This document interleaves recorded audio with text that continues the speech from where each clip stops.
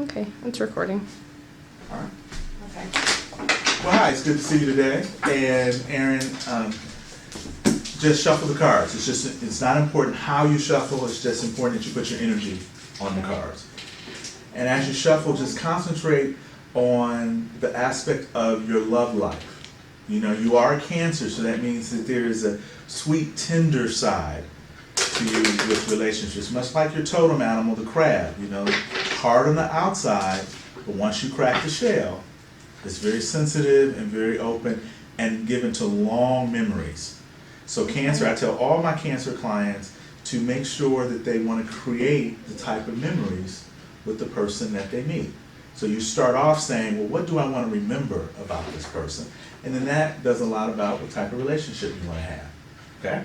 Yes, I've been told that. All That right. I need to be better at channeling what I want into the relationship. And realize that the sun sign, the date of birth is what you're here to learn. So you have your entire life to learn your sun sign.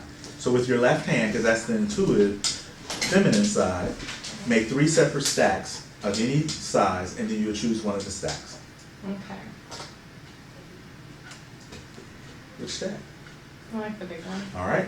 And I want to tell you that I see astrology as a roadmap, and then the tarot cards are like a gas station that you go in and you ask directions.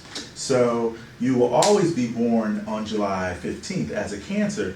That's the energy that gets you going, but the cards will kind of give us an indication about what you're working on at this time.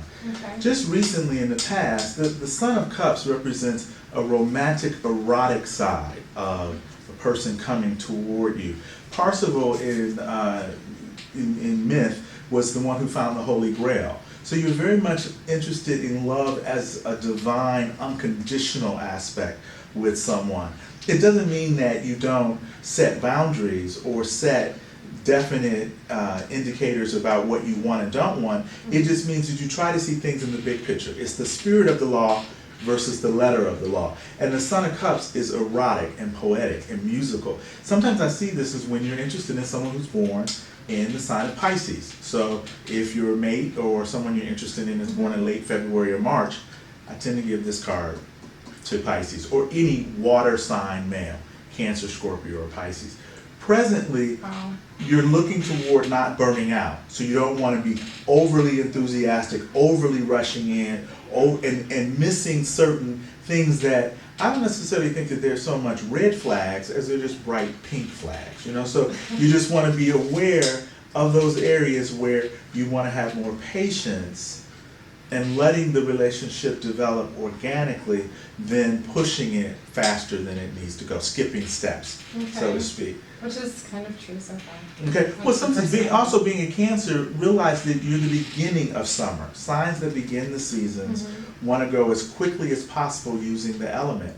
Water is the element of love, it's the element of the soul, it's the element of connection. When you're Cancer water, it's like, I want it now, I need it now, I feel it now. And this is saying, again, this is about your surrendering. You're in it's very necessary for you to kind of wait and allow things to happen. The Hanged Man doesn't mean that you're hung up so much as it is you are blissfully looking through the eyes of spirit rather than the eyes of ego. So what I tell anybody in a relationship spread for this card is it's about what kind of virtues do you want in the relationship? Joy, peace, success, just the ability to actually invoke the type of virtues. If you are a religious or spiritual person, I would say to actually pray for the type of connection you want and for the type of harmony you want in relationship. If you feel that this is someone that you already kind of are familiar with, you know, do I know him from another life, or is there general rule of thumb? If you are breaking your relationship rules, then it is probably reincarnational.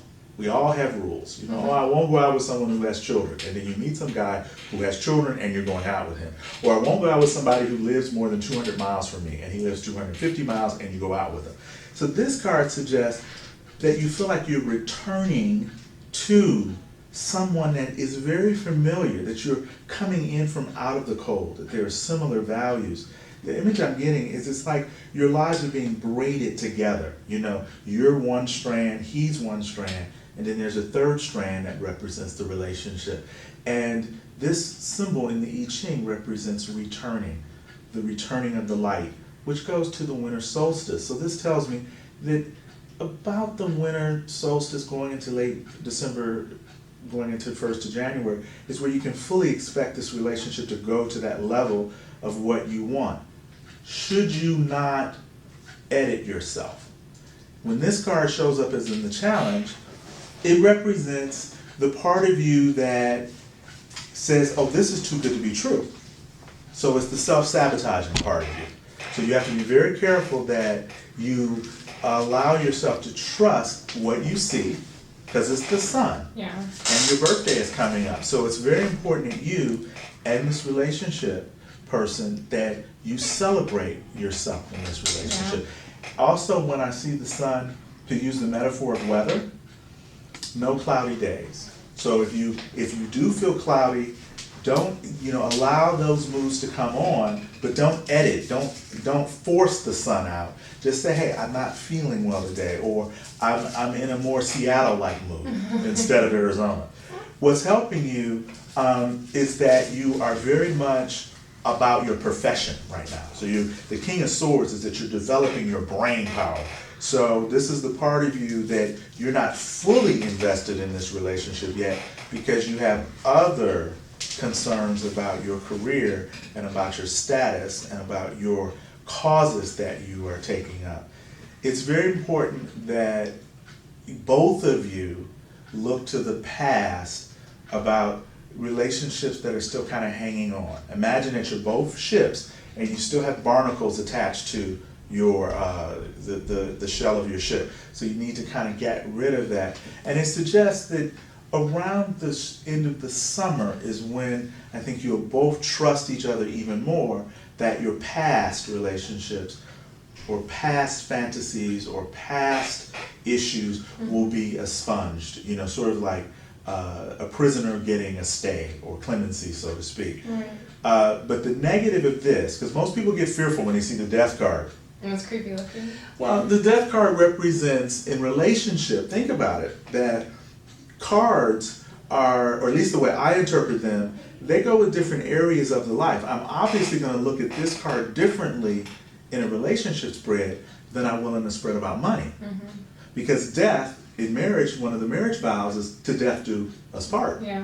French call orgasm le petit mort, the little death. So death in a relationship spread doesn't have the same negative onus that I put on. I see it as the death of the ego, the death of who we think we are to join into the relationship. When it's reversed, because I always turn the cards as if I'm reading in your space, I see it as a slow growth, a slow letting go of the past pains and hurts. But with the lead up, because we got to look at it in context, looking at things spiritually, representing the returning of values, staying focused on your career and your logic, not editing yourself, then the growth, this card ends up becoming, this really trumps that in a way. That the sun, the more that you are truly yourself, the more that this becomes kind of a background noise. It's not necessarily the focal point. It's really funny because I'm in a relationship that's out of town. Okay. It's a guy that I knew 8 years ago. Perfect. And he just came back into the picture recently. And I've never wanted to date somebody out of town, so it's breaking barriers, and he has qualities that I never thought I'd want in somebody. And that's how you know it's reincarnational. And understand something, I didn't know any of this. Let's be clear. No, you so sat down and that's it. That's it. So, and his first name? His name's Brandon. Okay. Well, it's very important that whatever career path he's working on right now, that he gets the amount of time to focus in on it, because he's really getting serious about his life. And it'll be around September that all of what he's looking to work for will come into fruition. And what this is the hermit is the part of himself that is, he's finding his own light. He's finding his own inspiration at this time. So it looks really good.